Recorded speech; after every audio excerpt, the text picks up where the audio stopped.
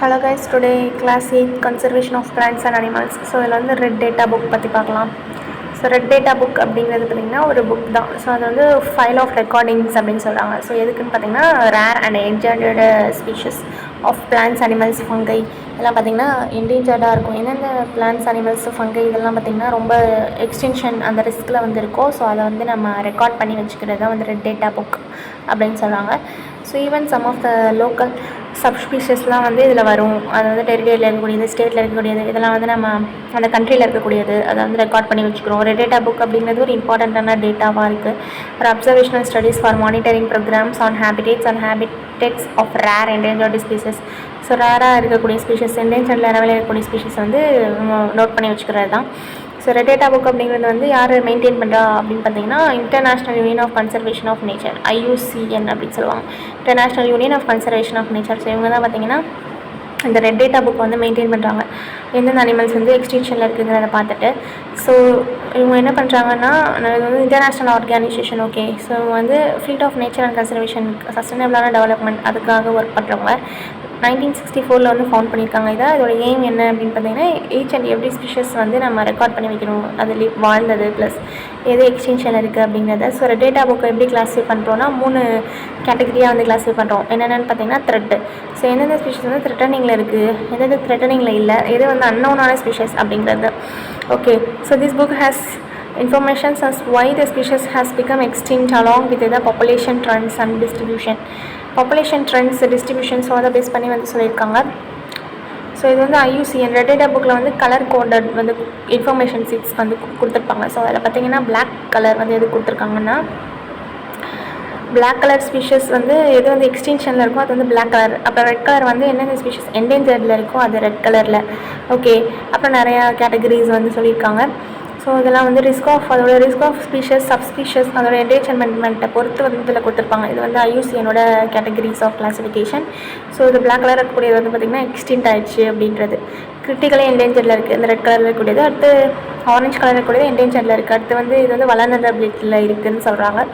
அப்புறம் வந்து லீஸ்ட் கன்சர்னில் இருக்குது. இந்த மாதிரி நிறையா கிளாஸிஃபிகேஷன்ஸ் வந்து பிரிச்சிருக்காங்க.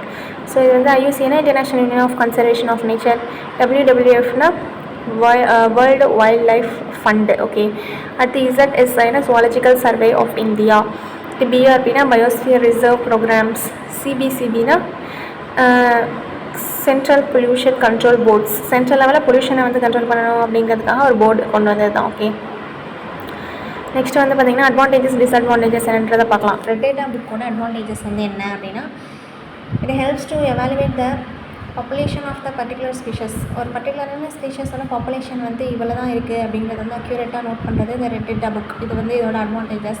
அடுத்து வந்து இந்த data given in this book can be used to evaluate the species at the global level. So global லெவலில் வந்து ஒரு டேட்டா வந்து நமக்கு கிடைக்கிது. எந்தெந்த ஸ்பீஷஸ் வந்து எந்தெந்த நிலைமையில் இருக்குது, என்டேஞ்சர்டாக இருக்கா, கிரிட்டிக்கலி என்டேஞ்சர்டாக இருக்கா, இப்படிலாம் கிளாஸிஃபை பண்ணலாம். அடுத்து வந்து the risk of species becoming globally extinct can be estimated with the help of this book. So எந்தெந்த ஸ்பீஷஸ் வந்து குளோபலி எக்ஸ்டிங்க்ட் ஆகுது போகுது அப்படிங்கிறதே நம்ம தெரிஞ்சுக்கலாம். So it provides the guidelines for implementing measures and protecting endangered species வந்து protect பண்ணலாம் அப்படிங்கிறதே நம்ம வந்து பார்க்கலாம். அப்புறம் வந்து கைட்லைன்ஸ் கொடுக்கலாம். ஸோ இதெல்லாம் எக்ஸ்டென்ஷனில் இருக்குன்னா அதை நம்ம எப்படி ப்ரொடக்ட் பண்ணணும் அப்படின்னு நெக்ஸ்ட் வந்து யோசிக்கணும். ஓகே, டிஸ்அட்வான்டேஜஸில் பார்க்கும்போது திஸ் இன்ஃபர்மேஷன்ஸ் அவைலபிள் இந்த red data book is incomplete. Many extinct species are not updated in this book. So அது வந்து ஆக்சுவலாக இன்கம்ப்ளீட்டாக தான் இருக்குது இந்த புக்கில் இருக்கக்கூடிய அந்த ரெக்கார்டிங்ஸ் எல்லாமே. ஸோ இன்னும் நிறையா வந்து அப்டேட் பண்ணணும் அப்படின்னு சொல்லியிருக்காங்க. அடுத்து வந்து the source of this books data has been speculated. So அது வந்து கொஞ்சம் ஸ்பெக்குலேட்டடாக இருக்குது அப்படின்னு சொல்லியிருக்காங்க. அடுத்து வந்து இந்த புக் வந்து மெயின்டைன் பண்ணுறதுன்னா கம்ப்ளீட்டான record of plans animals other ஸ்பீஷஸாக வந்து இருக்கணும். பட் மைக்ரோப்ஸ் பற்றி எதுவுமே இதில் சொல்லலை அப்படிங்கிற மாதிரி சொல்லியிருக்காங்க.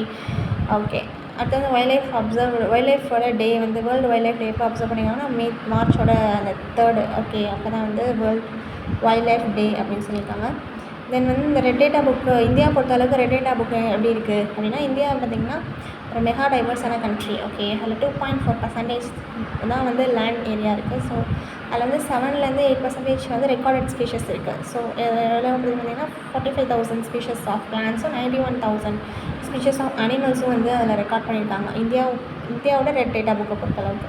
அடுத்து வந்து இந்த கண்ட்ரிஸோட டைவர்ஸான ஃபிசிக்கல் ஃபீச்சர்ஸ், அப்புறம் வந்து கிளைமேட்டிக் கண்டிஷன்ஸு, ஸோ இதெல்லாம் வந்து வெரைட்டி ஆஃப் எக்கோசிஸ்டம்ஸ் வந்து இப்போ நம்ம இந்தியாவில் இருக்குது இல்லையா, அதாவது forest ecosystem, wetland ecosystem, grassland ecosystem, desert ecosystem, கோஸ்டலில், மெரைனில் இந்த மாதிரி நிறையா இருக்குது. ஸோ இங்கே நிறையா ஸ்பீஷிஸ் இருக்குது. ஸோ எல்லாத்தையுமே வந்து நம்ம நோட் பண்ணி ரெக்கார்ட் பண்ணணும். அப்புறம் வந்து பார்த்திங்கன்னா 34 ஐடென்டிஃபைடான பயோடைவர்சிட்டி ஹாட்ஸ்பாட் வந்து சொல்லியிருக்காங்க. அப்புறம் Himalayas, Western Ghats, North East, Nicobar, Andaman Nicobar ஐலாண்ட்ஸ்லாம் இருக்குல்ல, ஸோ அதெல்லாம் கூட இந்தியாவில் ஃபவுண்ட் பண்ணியிருக்காங்க அப்படின்னு சொல்கிறாங்க. அடுத்து வந்து இந்தியா அப்படிங்கிறது வந்து ஒரு மெம்பர் ஸ்டேட் மெம்பராக இருக்குது. எதுன்னு பார்த்திங்கன்னா இந்த IUCN, international union of conservation of நேச்சரில் இந்தியாவும் ஒரு ரோல் ப்ளே பண்ணுது. ஸோ எப்படின்னு பார்த்திங்கன்னா மினிஸ்ட்ரி ஆஃப் என்விரான்மெண்ட்டோட சேர்த்து ஓகே ஃபாரஸ்ட், அப்புறம் வந்து கிளைமேட் சேஞ்ச். ஸோ இது வந்து MOEFCCன்னு சொல்லுவாங்க, ministry of environment MOCFCC. So forest and climate change. So IUCN அப்படின்றது பார்த்திங்கன்னா இந்தியாவில் இருக்கக்கூடிய கண்ட்ரி எங்கே ஆஃபீஸ் வந்து எங்கே எஸ்டாப்ளிஷ் பண்ணாங்க 2007 நியூ டெல்லியில் எஸ்டாப்ளிஷ் பண்ணியிருக்காங்க. Okay, red data book in India அப்படிங்கிறது வந்து எதனால் இருக்குது அப்படின்னா பிளான்ஸ் அனிமல்ஸோட ஸ்டேட்டஸ் என்ன, கன்சர்வேஷன் எப்படி இருக்கணும், ஓகே இதெல்லாம் வந்து சொல்லியிருக்காங்க. சர்வேஸ்லாம் வந்து யார் கண்டக்ட் பண்ணுறாங்கன்னா ஜுவாலஜிக்கல் சர்வே ஆஃப் இந்தியா வந்திருக்காங்களா, அவங்க தான் வந்து கண்டக்ட் பண்ணுறாங்க. அப்புறம் பொட்டானிக்கல் சர்வே ஆஃப் இந்தியா, இது வந்து பிளான்ஸுக்கு, ஜுவாலஜிக்கல் சர்வே ஆஃப் இந்தியா வந்து அனிமல்ஸுக்கு. ஸோ இவங்களாம் வந்து under the ministry of environment. So இவங்களுக்கு கீழே வந்து இவங்களோட கைடன்ஸோட நிறைய சர்வேஸ் வந்து நடத்துகிறாங்க. அந்த இடத்துல பர்டிகுலரான இடத்துல எந்த மாதிரி ஸ்பீசஸ் எக்ஸ்டென்ஷன் இருக்குது எல்லாமே வந்து பார்க்குறது இவங்க தான். அப்புறம் வந்து அந்த கிளைமேட் சேஞ்ச் வந்து இது பண்ணுறது, ஸோ இதெல்லாம் பார்க்குறது அவங்க தான். ஓகே.